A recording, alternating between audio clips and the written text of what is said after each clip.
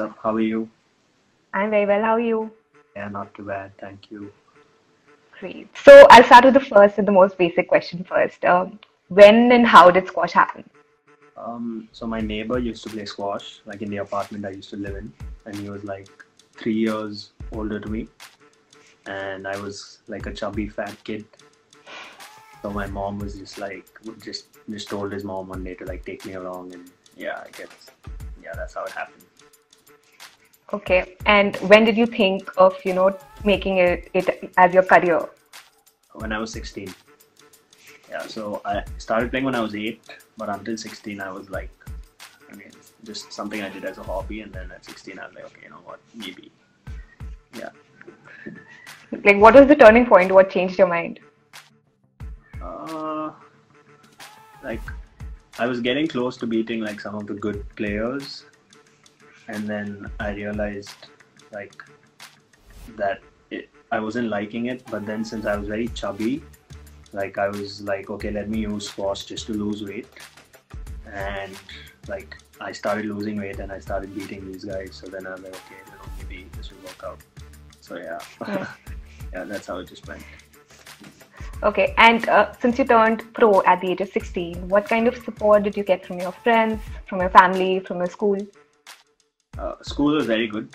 A lot of the seniors on the Indian team have graduated from the same school, so school Okay. was very like supportive of me not going to classes and helping me with like academics.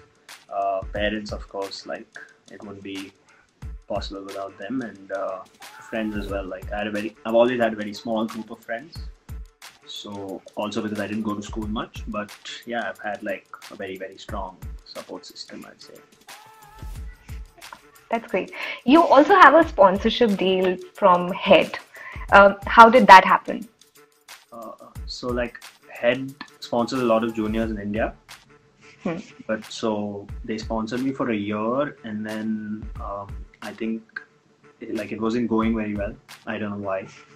And then we went to the British Open in 2017, and I made the final. So Head is actually based in Austria, the headquarters. So the person who used to manage the player manager, he reached out to me, and then like since then, so I've been with Head now for it's my 7th year with Head. Okay.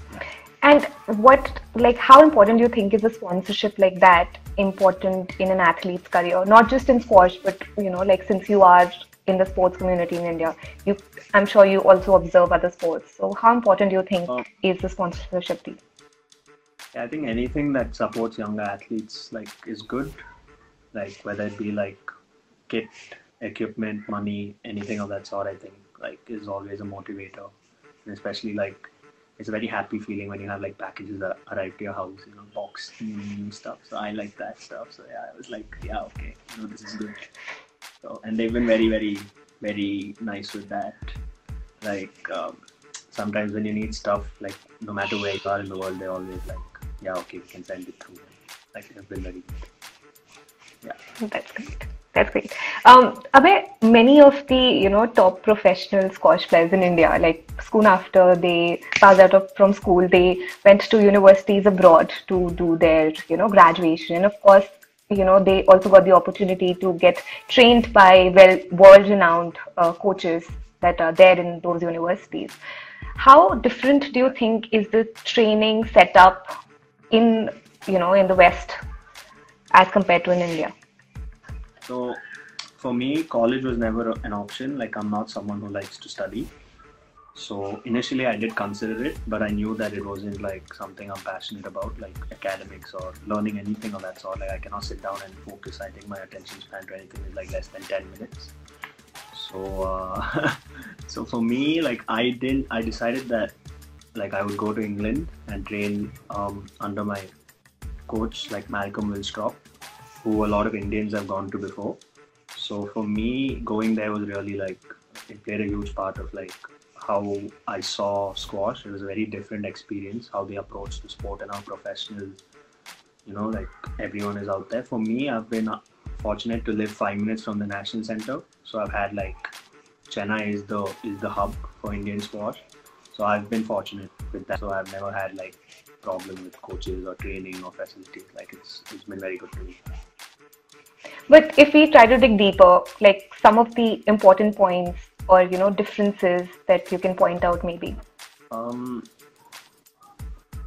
I feel like infrastructure is the main thing, and like infrastructure, just not in one city, but all around the country. Like I think a lot of cities in India don't have, like Delhi and Bombay is very club culture, and so I feel like change. Like if we could have national hubs or national centers in India, that would be, I think, more helpful. So do you think like squash is a rich man's game in India then?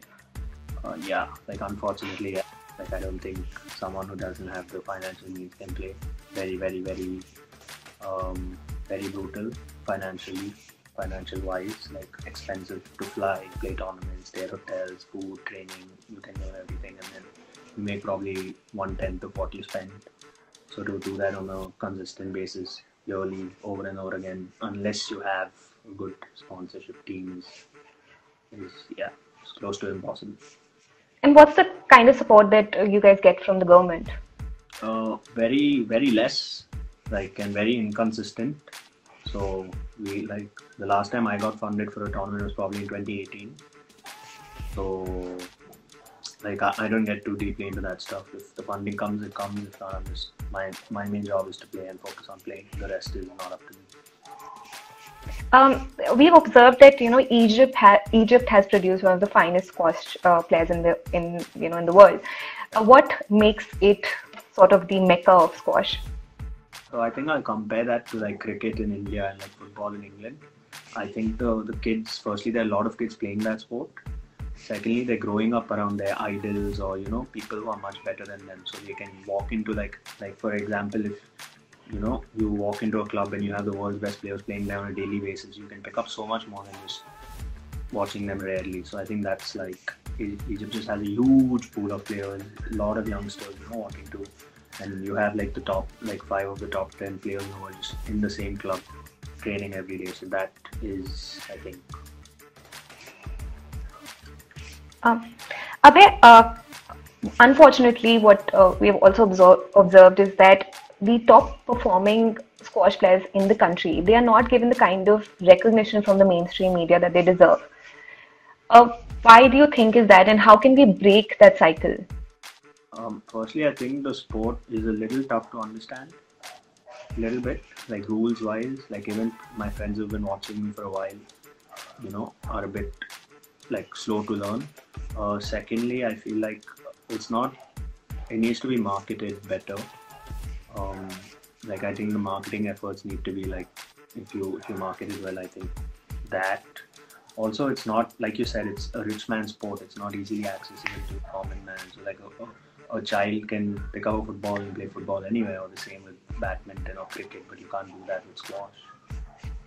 So I think yeah, that probably is the main barrier. So I think once you open doors to, you know, um, children who are not that privileged, um, that's when I think we can see more and more people playing the sport. And then, What according, sorry, you were saying. nah, I guess that's what will help the media. Like I guess the more people play it, and then the media will pick up what they can. What, according to you, are three immediate changes that we can adapt in the squash community in India so that we can see like immediate changes? Hiring good coaches, I think um, India can do with better coaches for sure. With no offense to anybody, there are some great coaches here, but we can do better. Infrastructure. I think if we can replicate the academy that we have in Chennai in different cities, that will help. Um, and tournaments, I think there are not enough tournaments in India throughout the year. So players that want to play pro have to again spend money to travel. Whereas if there were more tournaments here, you could get a better ranking and maybe pick up some sponsors before you start going abroad. And how is the federation sort of helping you guys? They do their best, from what I know. Like we don't get involved with stuff with the federation. Our job is to put our head down and work hard and play. And it's two different worlds. They do their work and we do ours. So there's no real involvement with them.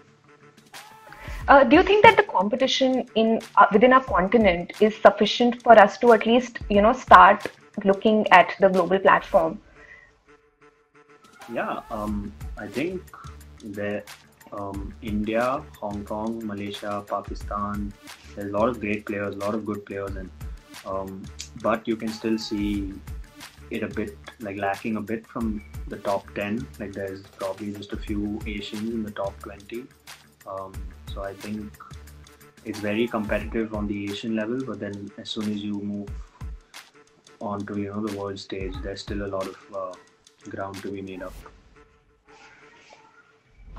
And I'll come to my last question.